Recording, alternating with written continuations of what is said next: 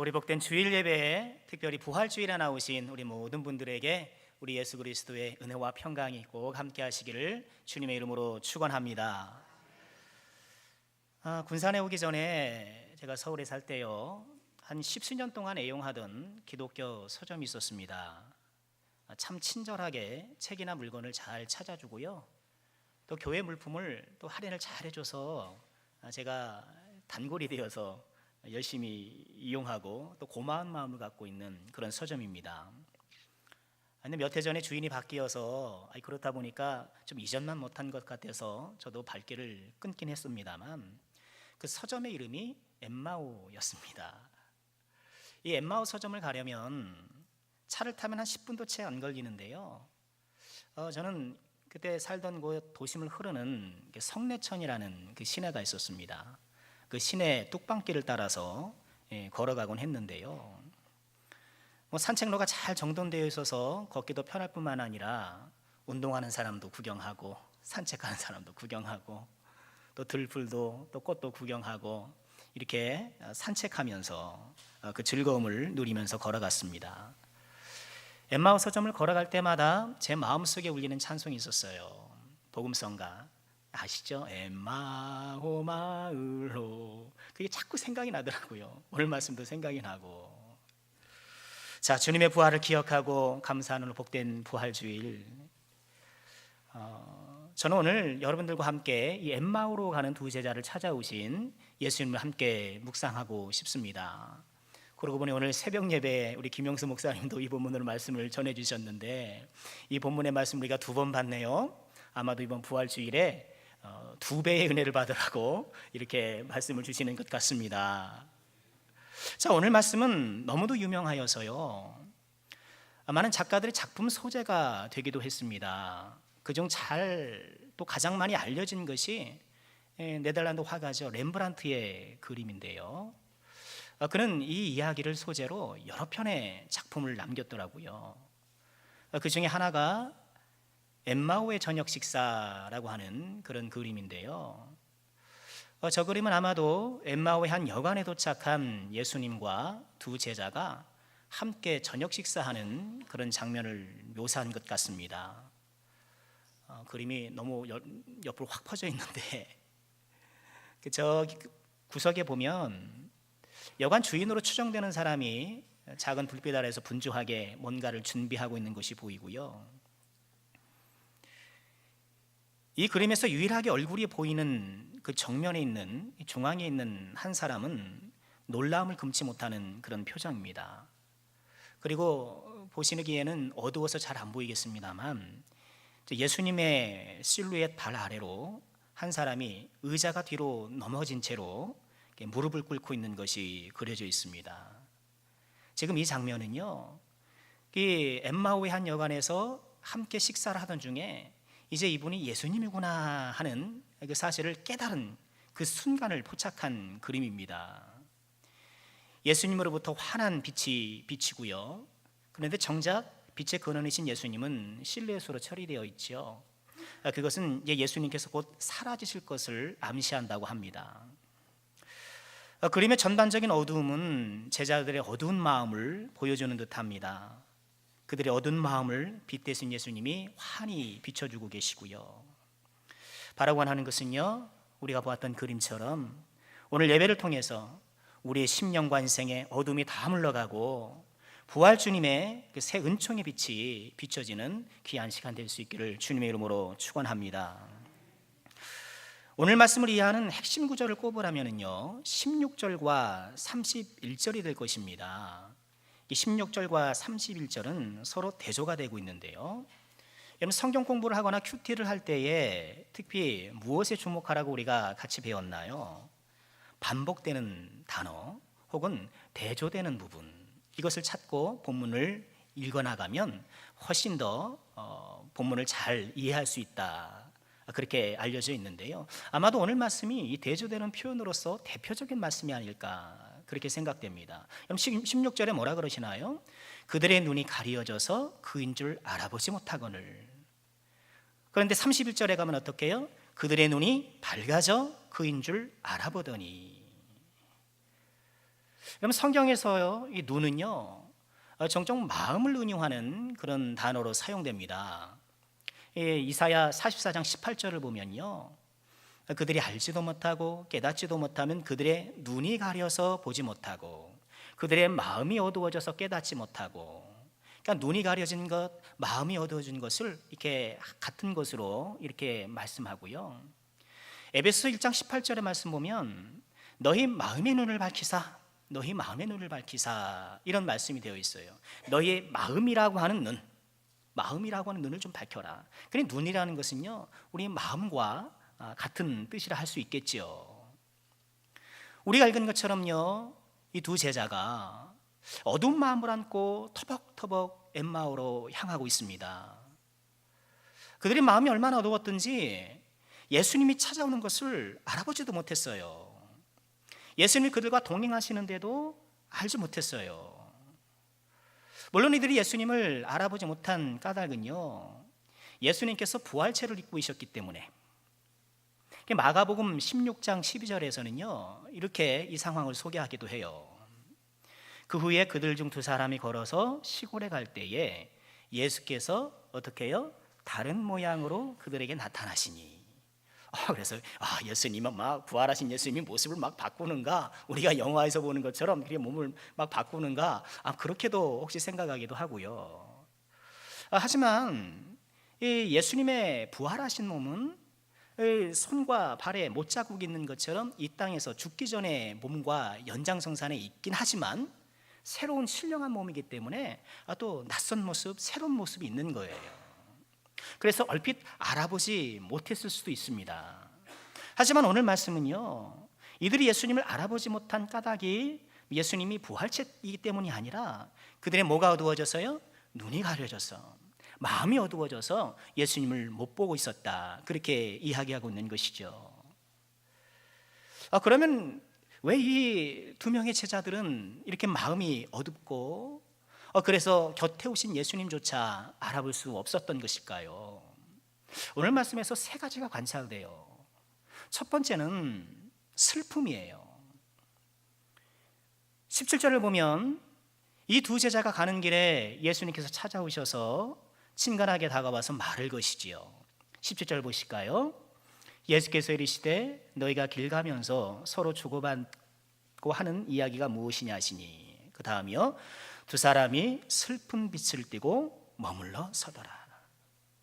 지금 이들이 슬퍼하고 있다라고 오늘 말씀 이야기하고 있어요. 슬픈 빛을 띠고 가던 길을 자기도 모르게 멈춰 서는 거예요. 매우 슬프다는 것이죠.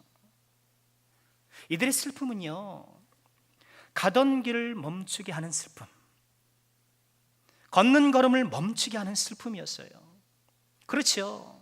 지금 주일 저녁이거든요. 부활하신 날 저녁이거든요. 예수님이 바로 이틀 전에 그렇게 허망하게 또 비참하게 십자가에 못 박히셨으니 그 생각을 하니 나도 모르게 가는 길을 멈추고 그 슬픔에 잠긴 거예요. 그렇죠. 우리 인생의 어떤 슬픔은 이처럼 우리로 하여금 가던 길을 멈추게 합니다. 하던 일을 못하게 하고 자던 잠을 못 자게 하고 우리 인생을 순간 마비시켜서 꼼짝 못하게 하는 그런 슬픔이 있어요. 지난 16일이 세월호 사고 5년째 되는 날이었다고 하잖아요. 여러분, 그때 우리 온 국민이 얼마나 가슴이 아팠습니까? 그렇게 생방송으로 다 진행되고 화면을 보여주는데 뭐 못하고 있는 거 아니에요. 그냥 쳐다만 보고 있는 것 아닙니까? 뉴스를 진행하던 앵커들도 너무 슬퍼 말을 잇지 못하고 울먹이고, 그 생떼 같은 자식들 수학여행 떠난다고 얼마나 즐겁게 떠났겠어요. 그런데 그 아이들이 차디찬 바다에서 생을 마감했으니 그 부모들의 심정이 어떻겠습니까? 또 그 부모의 심정을 우리도 조금이라도 이해하니까 함께 아파하고 고통했던 것 아니겠습니까? 아마도 그분들은 지금 그 4월 16일에 멈춰 있지 않을까? 그렇잖아요. 그분들의 인생이 거기에 딱 멈춰져 있어요. 진행이 안 돼요. 그들의 인생 걸음을 멈추게 하는 그런 슬픔. 하루속히 그들의 좀 답답한 마음, 또 그들이 좀 한맺혀 있는 그 마음들이 좀 풀어졌으면 좋겠는데요. 여러분, 오늘 두 제자에게 예수님의 죽음이 바로 그런 슬픔이었다는 거예요. 가던 길을 멈추게 하고 십자가에 죽으신 예수님을 생각하니 슬픔에 걸음을 멈출 수밖에 없었던 것이죠. 여러분, 너무 슬프면 예수님이 안 보일 수 있어요. 그 슬픔이 내 마음속에 짙은 어둠의 구름을 끼우기 때문에 예수님을 못 보는 거예요. 지금 제자들이 그랬어요. 이들의 눈과 마음을 어둡게 하는 두 번째 요인을 찾아보면 절망이었습니다. 이들은 지금 절망하고 있어요. 여러분, 절망이 무엇인가요? 이 절망은 끊을 절자 바랄 망자예요. 소망이 딱 꺾인 거예요. 소망이 꺾인 것. 이 제자들은요, 우리 예수님이 말과 일에 능한 선지자, 19절 하반절에 그렇게 표현되어 있죠. 말과 일에 능한 선지자라는 것을 알고 있었고요. 그래서 이 예수님이 이스라엘을 속량시켜 주실 것을 그렇게 소망하고 있었어요. 여러분, 속량이 무엇인가요? 노예 상태에 있는 사람들을 풀어주는 게 속량이잖아요. 이제 이 예수님이 우리 이스라엘을 속량시켜 주실 것이다. 이 노예 상태에서 해방시켜 주실 것이다. 그렇게 기대하고 소망하고 있었던 것이죠. 여러분, 오늘 이 두 사람은요, 예수님이 직접 수행했던 12제자는 아니에요. 18절에 보면 이 두 사람 중에 한 사람이 글로바다라고 그 이름이 나오는데 예수님이 12제자 명단에 들어가지 않잖아요. 또 33절에 보면 이들이 예루살렘에 올라가서 11제자, 이 가룟 유다는 이제 사망했으니까 11제자와 합류했다, 그렇게 밝히고 있죠. 그러니까 예수님을 직접 수행했던 그런 제자들은 아니었지만 예수님께서 이스라엘을 속량할 것을 기대하고 예수님을 흠모하고 예수님을 따라다녔던 그런 사람이에요. 예루살렘까지 온 거예요. 그런데 그런 예수님이 너무나도 허무하게 십자가에 돌아가시고 나니까 절망하는 거죠. 그들이 꿈꾸었던 이스라엘 속량이 하루아침에 사라진 것이죠. 여러분, 우리도 그렇지 않습니까? 내가 간절히 소망하고 그래서 열심히 준비한 것들을 이루지 못했을 때에, 그 소망이 꺾였을 때에 우리가 절망하게 되고 우리가 낙심하게 되고 우리 심령이 어두워지게 되는 것이죠. 지금 제자들이 그런 상황이었다는 거예요. 제자들의 마음을 어둡게 하는 세 번째 요인을 찾아보면 분노가 아닌가 싶습니다. 이들은 지금 분노하고 있어요. 이들의 말 속에 예수님을 죽인 대제사장과 관리들에 대한 그 분노가 묻어 있어요. 말과 일에 능한 선지자인데 이스라엘을 속량할 자로 굳게 믿고 있었는데 이 대제사장들과 관원들이 사형 판결에 걸려 넘어졌다 이거예요. 예수님이 십자가에 달려 죽을 만한 어떤 죄를 짓지도 않았다는 것을 누구보다 이들이 잘 알고 있지 않습니까? 그런데 의로운 자를 불의한 자들이 불의한 방법으로 죽이고, 불의가 정의를 삼켜버리고, 비진리가 진리를 무너뜨리고, 여러분, 우리가 그것을 보면 분개하잖아요. 우리 대한민국의 역사가 안타깝지만 그런 역사가 많았잖아요. 불의가 정의를 삼켜버리고 비진리가 진리를 무너뜨리고, 그렇게 예수를 죽인 사람들은 여전히 자기 자리 지키고 그렇게 아무 문제 없이 살아가고 분노하는 거예요. 지금 엠마오로 걸어가고 있는 이 제자들의 마음속은요, 이처럼 슬픔과 절망과 분노로 가라앉혀서 어두울 대로 어두워 있었고, 그래서 예수님이 옆에 계신 것도 몰랐던 거예요. 근데 왜 이들은 엠마오로 가고 있었을까요? 어떤 학자들은요, 지금이 무교절이거든요. 명절이잖아요. 6월절이 토요일날 시작되면 이제 일주일 동안 무교전병을, 누룩 들어가지 않는 떡을 먹는 일주일 무교일이 시작되는데, 아마 이들이 무교절 명절을 지키려고 하는데 예루살렘 시내에 숙소가 없어서 이 엠마오에 숙소를 두고 이렇게 왔다 갔다 했던 것이 아닐까. 엠마오에 숙소를 두고 예루살렘으로 출퇴근했던 것이 아니겠는가. 그래서 지금 내려가는 게 아마 잠자러 내려가는 것 아니겠느냐, 그렇게 이야기하기도 하는데요. 하지만 여러 정황으로 볼 때요, 이들이 엠마오로 가는 것은요, 엠마오로 가려는 것보다 예루살렘을 떠나려는 것이 더 우선인 듯 보여요. 우선 살펴본 것처럼 이들의 마음이 그래요. 이들이 지금 슬픔과 절망과 분노로 가득 차 있기 때문에, 예루살렘에서 다 있었던 일이잖아요. 속상한 이 마음, 그 예루살렘으로 또 가고 싶을지 의문인 거예요. 또 우리가 읽었습니다만 지금 숙소에서 예수님 것을 알아보잖아요. 예수님을 알아보고 이 사람들은 어떻게 합니까? 바로 그 즉시 예루살렘으로 다시 올라갑니다. 어차피 올라갈 거면 좀 쉬었다 올라갈 수도 있었지 않았을까. 물론 예수님께서 부활하셨던 것이 반갑기 때문에 빨리 알려주고 싶은 마음도 있었겠지만, 무엇보다 누가복음 24장 49절을 보면은요, 예수님께서 남겨진 제자들과 또 온 무리들에게 이런 말씀을 하셔요. 하반절에 보면 너희는 위로부터 능력으로 입혀질 때까지 이 성에 머물라. 예루살렘을 떠나지 말라는 거예요. 왜 그렇습니까? 이제 오순절이 지나면, 오순절이 되면 성령이 오실 것이기 때문에 이 예루살렘에 머물러서 기도하면서 그 성령을 기다리라는 거예요. 예루살렘을 떠나지 말라는 거예요. 지금 이 2명의 제자를 예수님께서 엠마오로 가는 도상에서 만나 주신 것은요, 다시 그들의 발걸음을 돌이켜서 예루살렘으로 가게끔, 그래서 오순절 성령으로 충만케 되어서 예수님의 부활의 증인으로 살아갈 수 있도록 그들의 발걸음을 돌리기 위해서 지금 예수님이 이들을 만나고 엠마오로 함께 동행하고 계신다는 거예요. 슬픔과 절망과 이 분노의 어두운 마음으로 예루살렘을 등지고 방황하기를 떠나는 이 제자들, 여러분, 이 제자들의 모습에 고단한 인생을 살아가는 저와 여러분들의 모습이 담겨 있지 않습니까? 감당할 수 없는 슬픔으로 인생의 모든 시간이 멈춰버린 것 같고, 내가 그렇게 간절히 소망하고 준비했던 일들이 줄줄이 좌절되고, 여러분, 그럴 때 우리는 낙심하게 될 수밖에 없고요. 그러다 보니 나를 향해서, 이웃을 향해, 이 세상을 향해 분노하게 되고, 여러분, 오늘 얼마나 이 분노가 많습니까?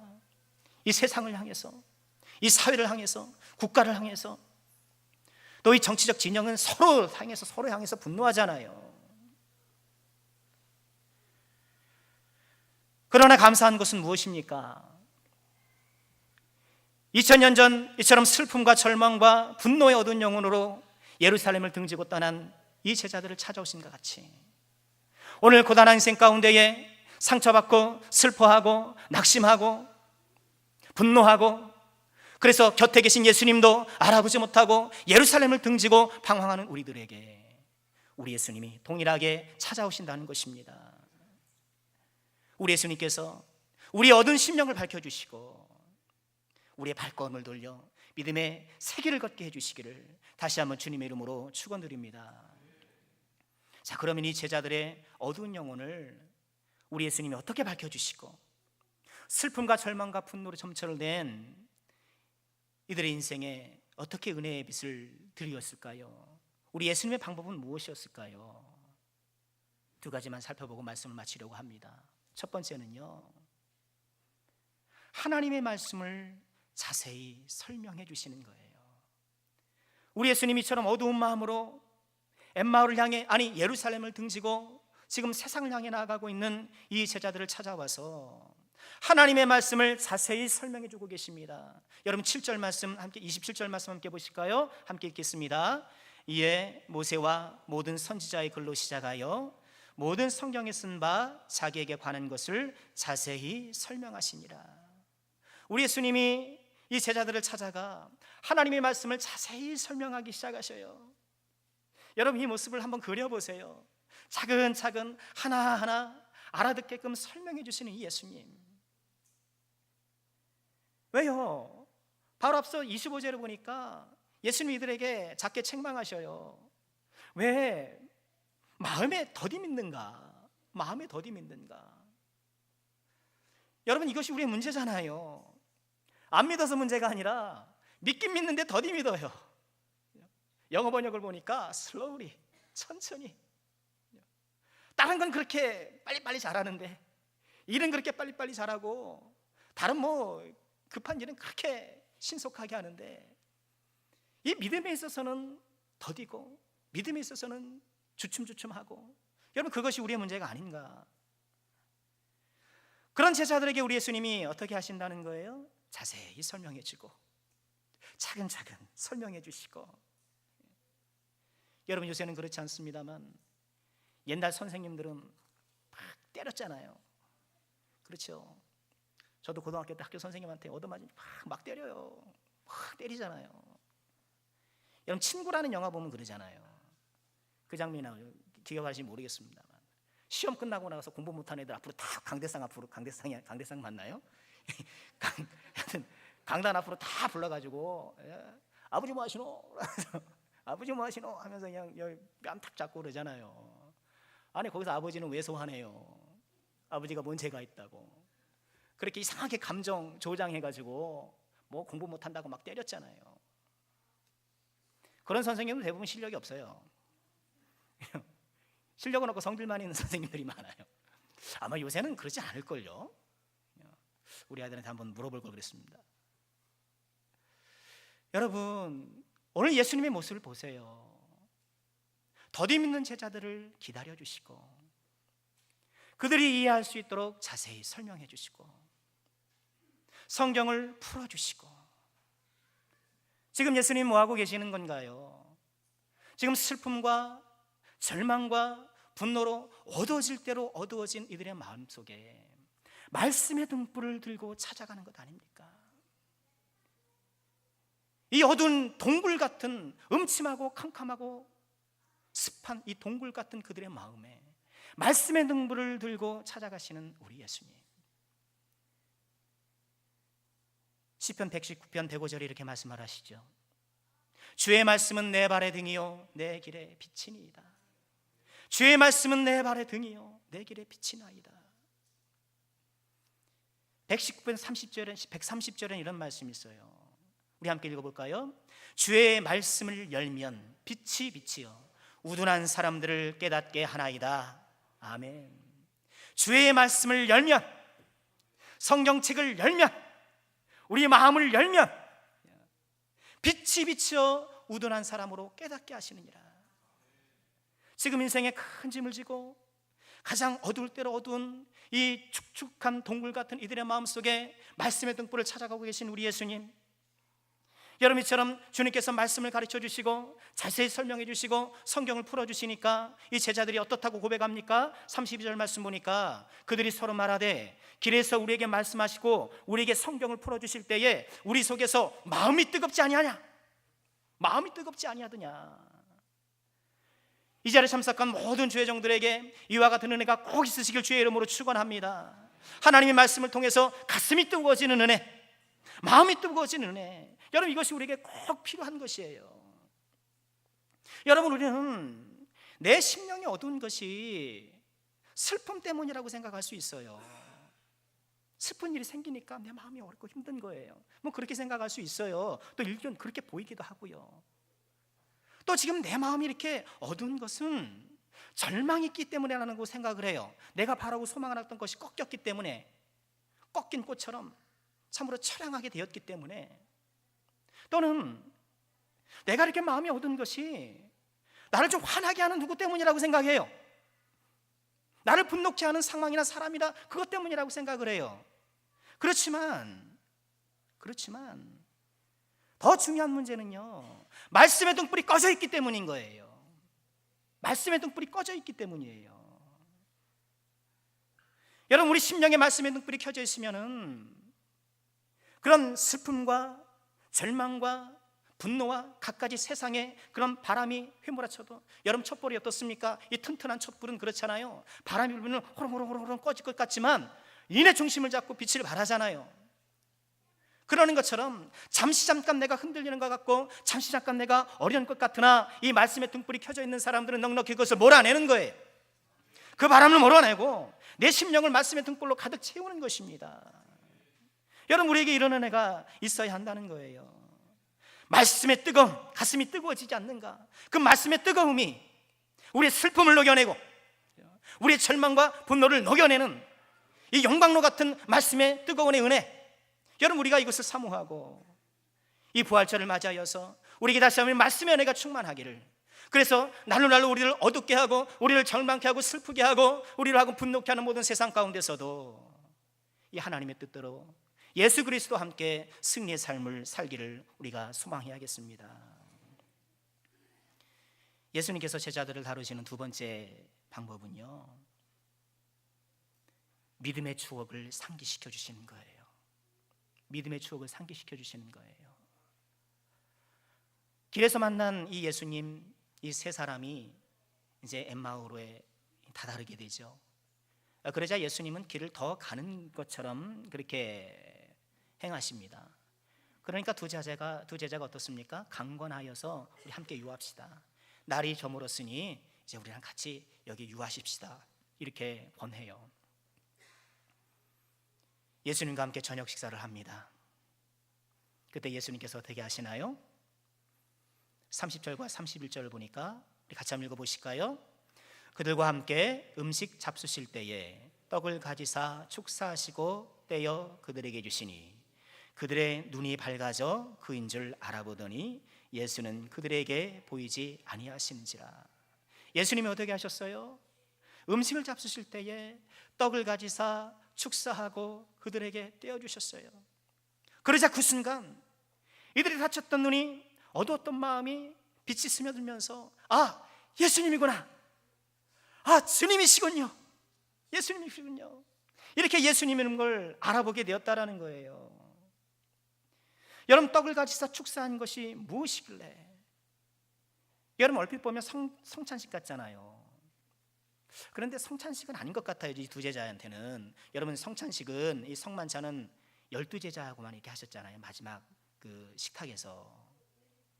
그것이 아니고요, 많은 성경학자들이 이 부분을 보면서 이 떡을 가지사 축사하시고 떼어주는 장면을 보면서 오병이어의 기적을 떠올렸을 것이다, 그렇게 추정해요. 저는 거기에 전적으로 동의합니다. 오병이어를 떠올렸다는 거예요. 마태복음 14장 19절에 그렇게 말씀하시잖아요. 마태복음 14장 19절에 오병이어 기적을 행하시면서 우리 예수님이 어떻게 하셨나요? 이 떡을 가지사 물고기를 가지사 축사하시고 나눠주기 시작하신 거예요. 지금 이 이름 모를, 아직 예수님은 모르니까 이름 모를 누군가가 행하는 이 모습을 보니까 오병이어 때 예수님이 행하셨던 일이 생각나고 아, 이분이 예수님이구나 깨닫게 된 것이라는 거예요.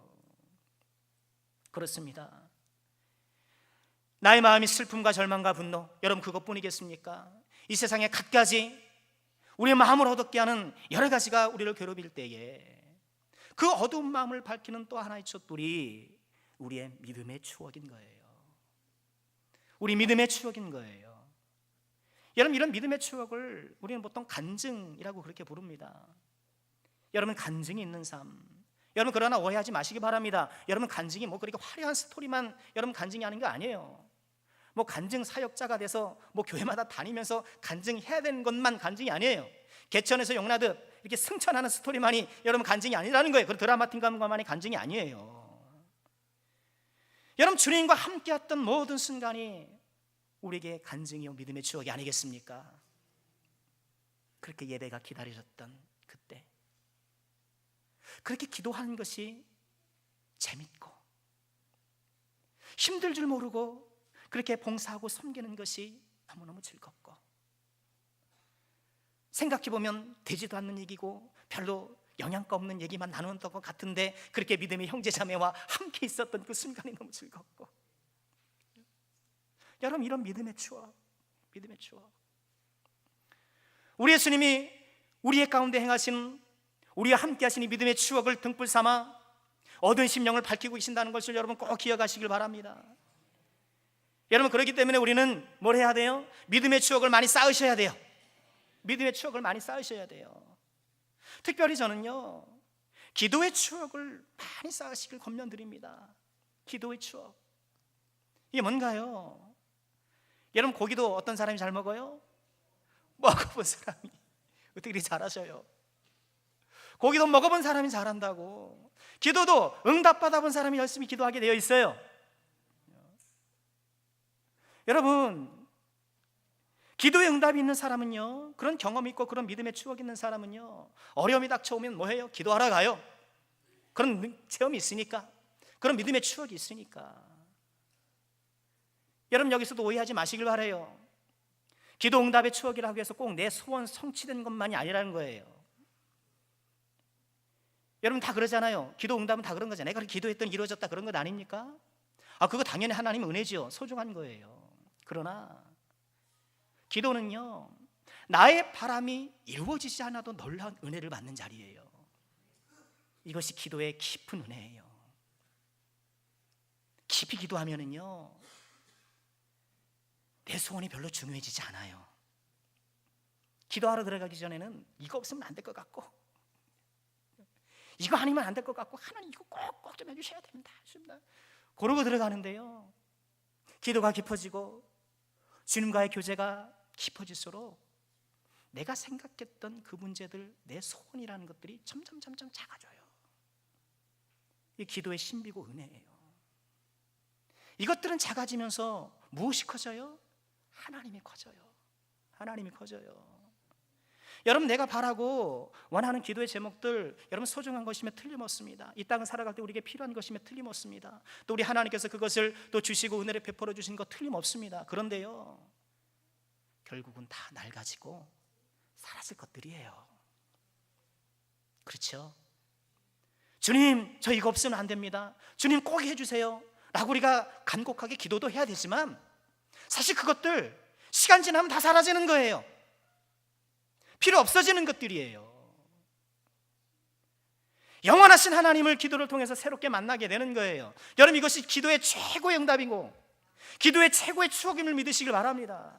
그래서요, 기도 응답이 안 돼도 너무 감사한 거예요. 주님을 새롭게 만났으니까, 주님이 소중한 분이라는 것을 재발견했으니까. 사랑하는 성도 여러분, 믿음의 추억을 만드시길 바랍니다. 믿음의 추억을 쌓아나가시길 바랍니다. 오늘 내가 쌓은 믿음의 추억이 내일 나의 슬픔과 절망과 분노에서 나를 건져줄 것입니다. 하나님께서 그것을 등불 삼아 사용하실 것입니다. 기도의 응답을 축적하십시오. 형제자매와의 사랑의 교제를 여러분 저축하십시오. 그 사랑의 교제가 나를 살려요. 내가 어렵고 힘들 때, 그래서 하나님께서 내 사랑하는 교제권에 있는 그 믿음의 형제자매를 주님의 손길 삼아서 나에게 다가오게 하셔서 나에게 용기를 주시고 힘 주시는 거예요. 말씀 마치겠습니다. 슬픔과 절망과 분노로 예루살렘을 등지고 지금 엠마오로 내려가고 있는 이 고단한 걸음을 걷고 있는 이 두 제자, 우리 부활의 예수님이 이 두 제자를 잊지 않으시고 찾아오셨습니다. 어두운 그들의 영혼에 말씀의 등불을 비춰서 그 어둠을 몰아내시고 그들과 함께했던 믿음의 추억의 등불을 들으셔서 그들을 감싸고 휘감고 있는 어둠을 몰아내시고 이 두 제자의 발걸음을 돌려 예루살렘으로 향하게 하고 계신 것입니다. 이 예수님이 우리와 함께함을 꼭 믿으시길 바랍니다.